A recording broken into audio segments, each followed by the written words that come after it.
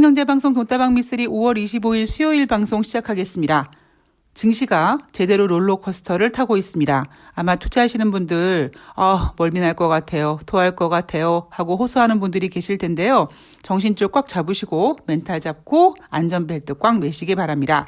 자, 오늘 돈다방 미쓰리는 5월 24일 화요일 뉴욕 증시 마감 현황과 수요일 증시 분위기 간략하게 점검을 해볼 텐데요. 우선 5월 14일 화요일 뉴욕 증시는요. 장 초반에는 하락으로 시작을 했습니다. 꽤 큰 폭의 하락을 보였는데요. 장 막판에 다우지수는 0.15% 상승으로 전환해서 마감을 했고요. S&P 500은 0.81% 하락, 나스닥은 2.35% 하락으로 나스닥과 S&P 500은 상승으로 반전되지 못하고 하락을 했습니다.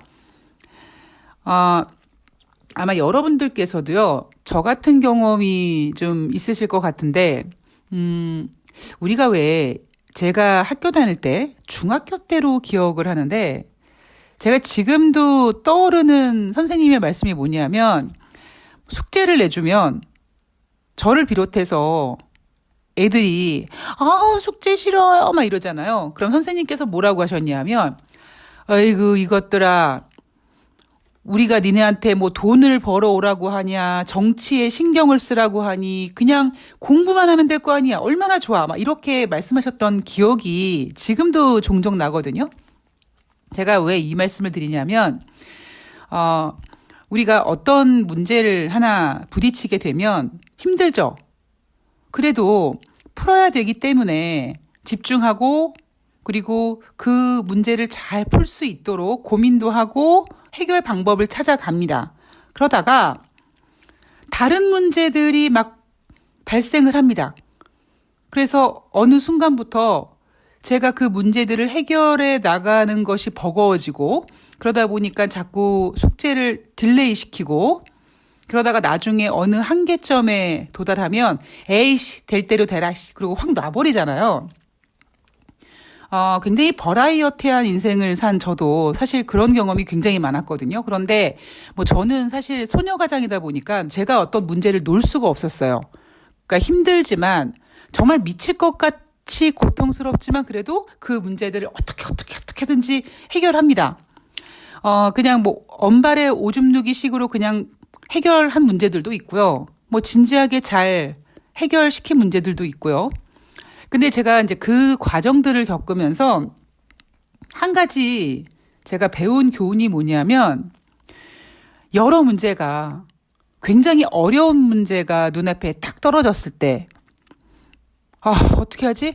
막 해결 방법도 찾기 어려울 것 같고, 내가 과연 이 문제를 해결할 수 있을까? 막 고민도 되고, 막 그런 지경에 이르게 되면, 한 발 뒤로 물러서서, 굉장히 냉정하게 보는 시각이 좀 저에게 생긴 것 같아요. 그래서 예전에 제가 어떤 책을 읽었는데 그런 문구가 있더라고요.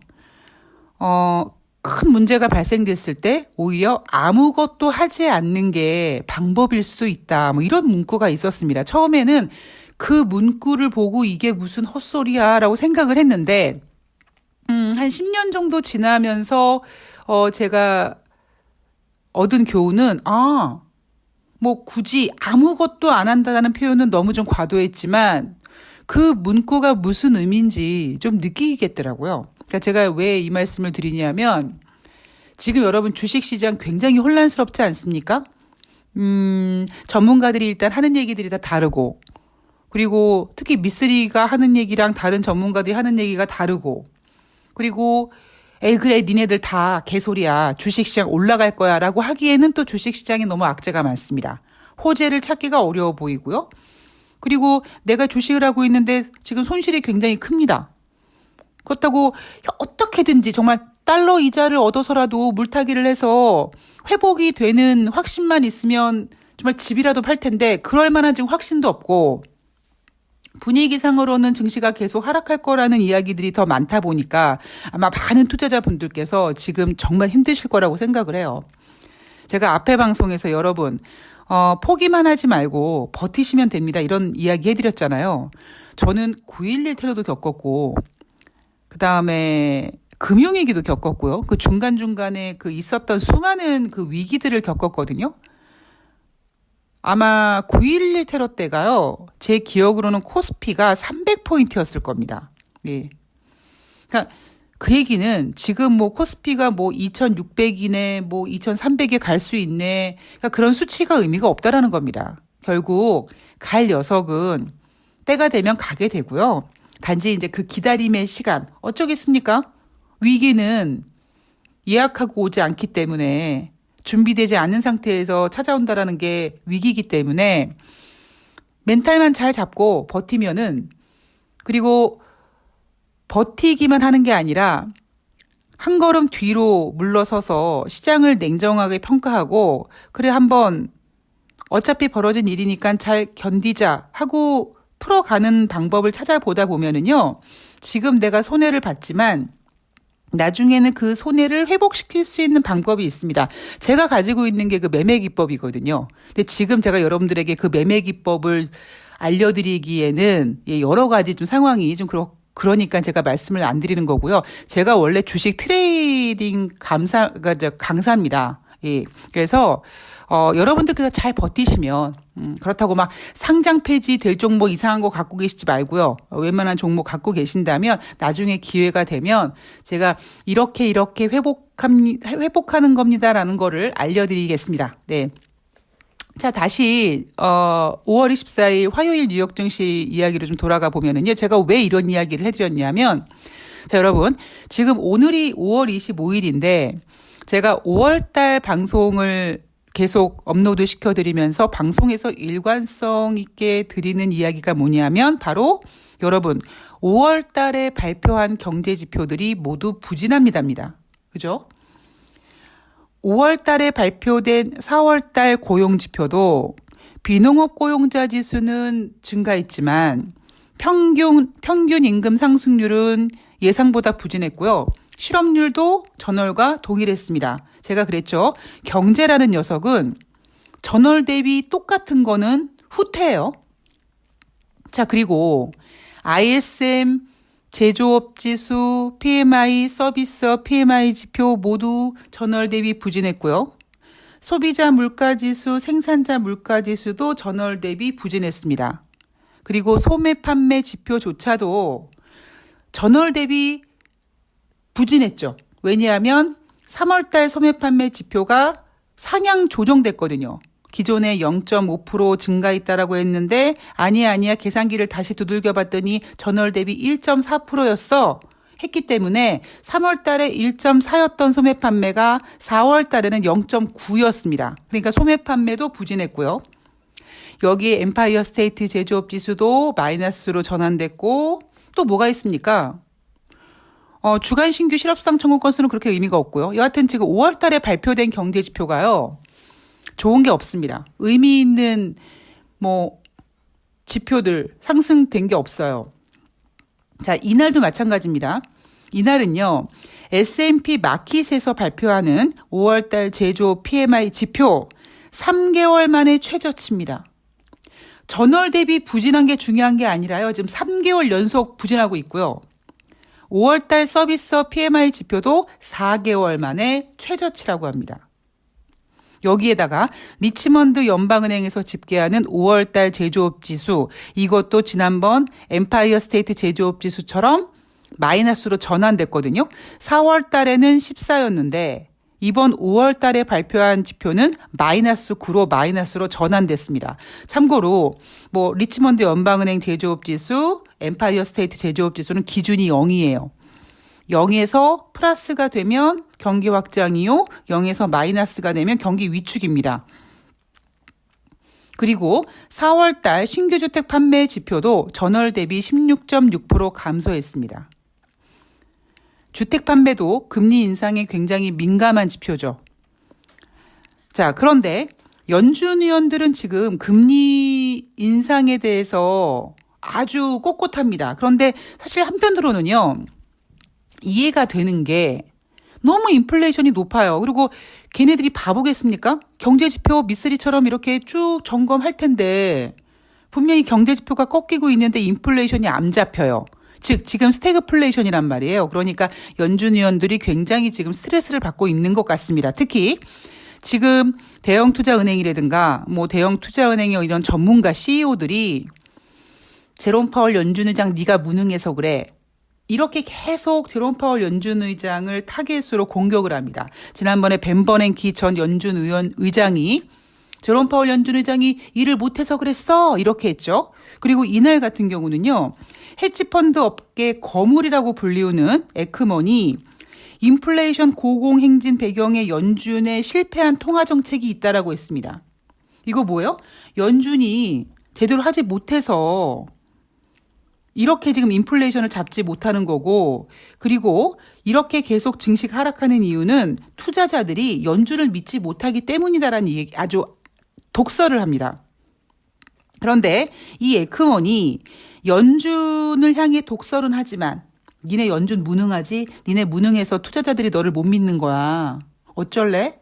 이렇게 독설을 퍼부으면서도 금리를 발빠르게 인상해야 된다고 합니다. 그런데 자, 에크먼이라는 사람은요. 헤지펀드의 거물이라고 하죠. 이 사람도 저는 개인적으로 굉장히 지금 무슨 개똥 같은 소리야 라는 이야기를 해주고 싶을 정도로 똥멍청이 같은 소리 하고 있는 겁니다. 왜? 증시가 계속 하락하고 있는 이유가 투자자들이 연준을 믿지 못하기 때문이다. 이런 얘기는 뭐 그럴듯해요. 그다음에 제롬 파월 연준 의장이 쪼다여가지고 금리를 인상하려고 그랬더니 자꾸 증시가 빠지니까 그동안 금리 인상을 못했고 그 밀린 숙제를 계속 지금 미루다 보니까 지금 인플레이션이 고공행진하고 있고 경기 지표는 꺾이고 있는데 연준이 금리를 인상한다고 하니까 증시가 빠지고 지금 엉망진창이 된 거거든요. 그럼에도 불구하고 헤지펀드 업계 거물이라고 불리우는 에크먼은 금리를 계속 인상해야 된대요. 왜? 계속 강력하게 인상하지 않으면 시장이 직접 나서서 인플레이션을 잡을 거래요.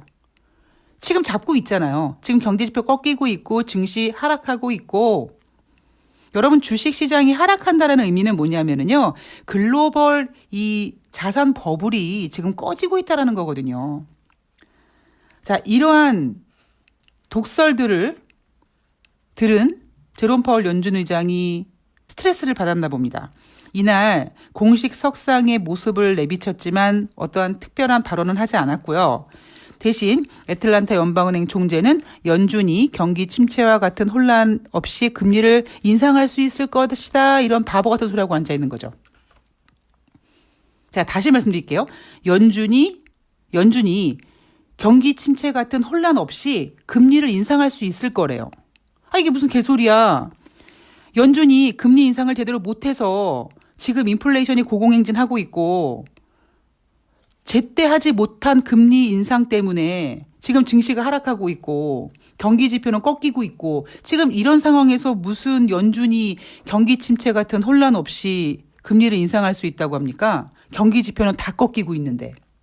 그러니까 지금 제롬 파월 연준이나 뭐 헤지펀드 거물이나 뭐 하여튼 지금 다 엉망진창이에요. 다 멘탈을 놓고 있는 것 같습니다. 자, 이렇게 중요한 정책을 결정하는 사람들이 시장을 바라보고 있는 그들의 입은 굉장히 중요함에도 불구하고 그들의 입에서 나오는 이야기조차 그들의 발언들을 들으면서 얘네도 지금 정신줄을 놨구나 이런 생각을 했는데요. 이날 증시에서 5월 25일 뉴욕 증시에서 소셜미디어 업체인 스냅 주가가 마이너스 30% 안팎의 하락세를 보였다고 합니다. 뭐 이래서 뉴욕 증시가 하락했습니까? 아니에요. 자, 반대로 그러면 소매 판매 업체인 베스트바이가 여러분 잘 들으세요. 분기 순이익이 시장의 예상을 밑돌았는데 주가가 1% 상승했어요. 여러분 이런 걸 뭐라고 하는 줄 아세요? 데드캣 바운스라고 하는 거예요. 이런 거를. 분기 순이익이 시장 예상을 밑돌았는데 증시가 올랐어요. 자, 그러면 지난 과거 분기 순이익은 시장 예상을 밑돌아서 안 좋았지만 그렇다면 뭐 앞으로 뭐 좋다라는 전망이 있으면은 그럴 수 있다라고 치는데 여러분 앞으로 전망이 좋아 보입니까? 지금 연준이 계속 50bp씩 금리 인상하겠다고 우기고 있는데 마치 미국 소매업체 베스트바이가 시장의 예상보다 부진한 순이익을 발표했음에도 주가가 올라간 이런 데드캣 바운스를 보여준 것처럼 지금 5월 25일 수요일 대한민국 주식시장이 바로 그런 모습을 보여주는 겁니다. 여러분 정신 없으시잖아요, 지금. 예.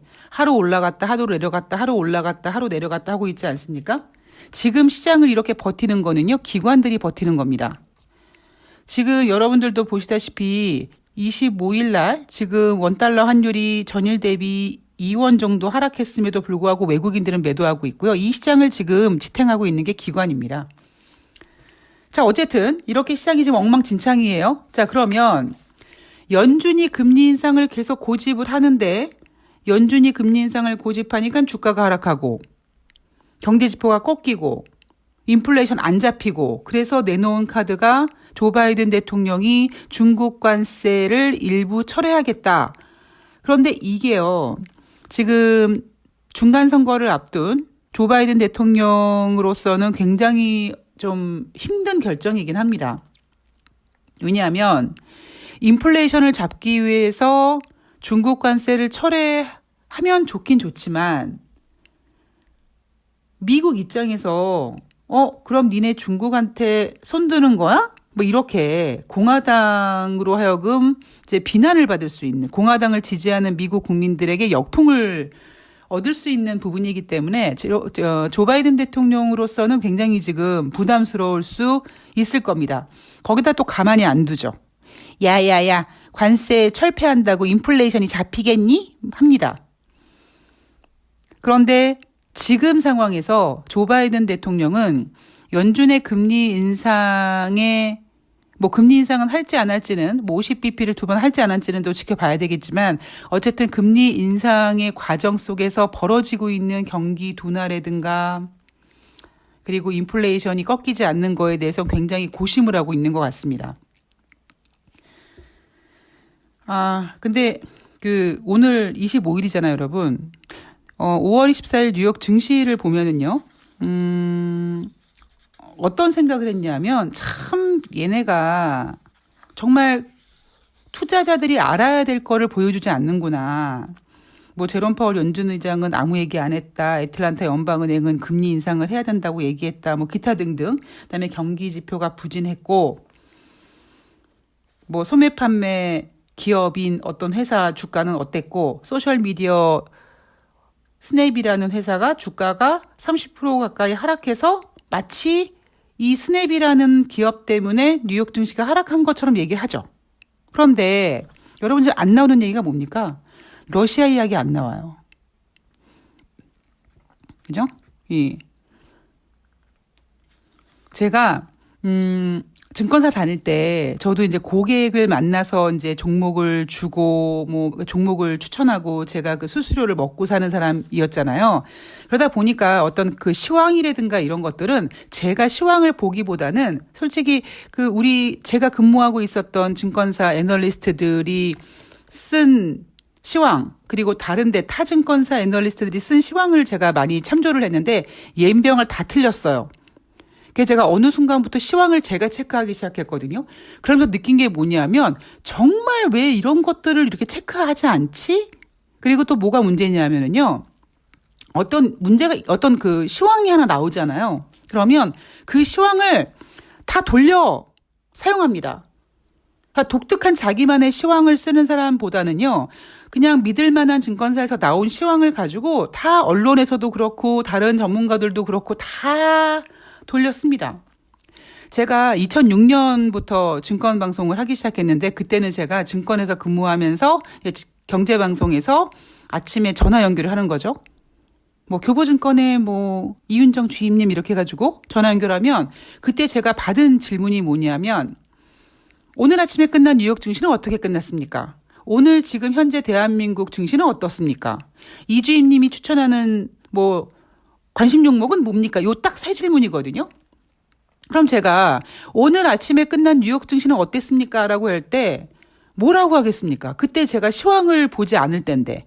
그러니까 그냥 다른 전문가들이 증권사 애널리스트들이 쓴 그리고 아침 뉴스 기사에서 나온 뉴욕 증시 마감 현황 쫙 읽고 한 세 줄로 요약해가지고 마치 저의 생각인 것처럼 얘기를 했었던 적이 있었거든요. 다 틀렸죠, 뭐. 우리가 그때 금융위기 생각했던 사람이 있습니까? 오히려 2008년도 그때 증권사들은 미친 듯이 적립식 펀드 팔았거든요. 더 갈 거라고. 그래서 제가 어느 순간부터 아마 돈다방 미스리 오랫동안 청취하신 분들은 계시겠지만 제가 거의 대한민국의 전 증권사들의 다음 달 증시 전망을 제가 확인하고 그거를 요약해서 여러분들 이메일로 보내드린 적도 있었고요. 그러니까 저는 제가 그 작업을 하면서 제가 시황 공부를 굉장히 잘하게 된 것 같아요. 그래서 제가 이 지경에 온 것 같습니다. 그러니까 제가 맞췄다 틀렸다의 문제가 아니라 정말 굉장히 시야가 넓어진 것 같아요. 그래서 여러분들도 지금 당장 힘들어하지 마시고요. 제가 오프닝에서 말씀드렸지만 멘탈 잡으시고 안전벨트 매시고 그리고 지금 이렇게 힘들지만 이런 경우도 있구나. 이렇게 좀 다양한 시각을 한번 이번 기회에 우리가 인생을 살면서 보면은 위기를 한번 겪으면 사람이 굉장히 성장한다고 하지 않습니까? 그러니까 주식 투자하시는 분들, 특히 주린이 분들은 인생에 이런 그 어려운 경험을 처음 하신 거 아니겠습니까? 주식 투자하시면서. 그러니까 이렇게 어려운 주식 투자 이 기간에 그냥 피폐해지지 마시고요. 이런 시장도 있구나. 연병할 주식 시장이 이런 거였어? 이렇게 생각하시고, 예, 한번 한 걸음 뒤에서, 물론 내 잔고에 지금 주식은 박살나고 있지만, 한 걸음 뒤에서 시장을 한번 들여다보시는, 예, 그런 시야를 넓히는 그런 공부를 한번 해보시는 것도 괜찮을 것 같습니다. 자, 제가 오늘 드릴 결론은, 예, 지금 우리나라 증시는 5월 25일 수요일 우리나라 증시는 데드캣 바운스다. 언제든지 빠질 수 있다. 왜냐? 기관들이 매수하는 장은 올라가지 못한다. 예, 그 이야기를 해드리고 싶습니다. 아마 수요일 같은 경우에는 아무 정신 없으면 올라가네? 2600포인트 막 올라가서 막 20포인트 넘게 올라가네? 이제부터 다시 올라가는 건가? 살까? 이렇게 생각하실 텐데 큰일 나십니다. 자, 저는 다음 방송에서 뵙도록 하고요. 어느 정도 장이 올라갔기 때문에 한 20포인트 정도 상승하니까 그래 계속 올라라. 그러니까 이렇게 그 희망고문 스스로 하시면서 쓸데없는 시간을 버리지 마세요. 그냥 오늘 같은 날은요. 아예 그냥 주식 접어버리고 다른 거 하세요. 왜? 어차피 또 빠질 거니까. 자, 저는 다음 방송에서 뵙도록 할 거고요. 이따가 5시에 새날에서 뵙도록 하겠습니다. 좋은 하루 되시고요. 고맙습니다.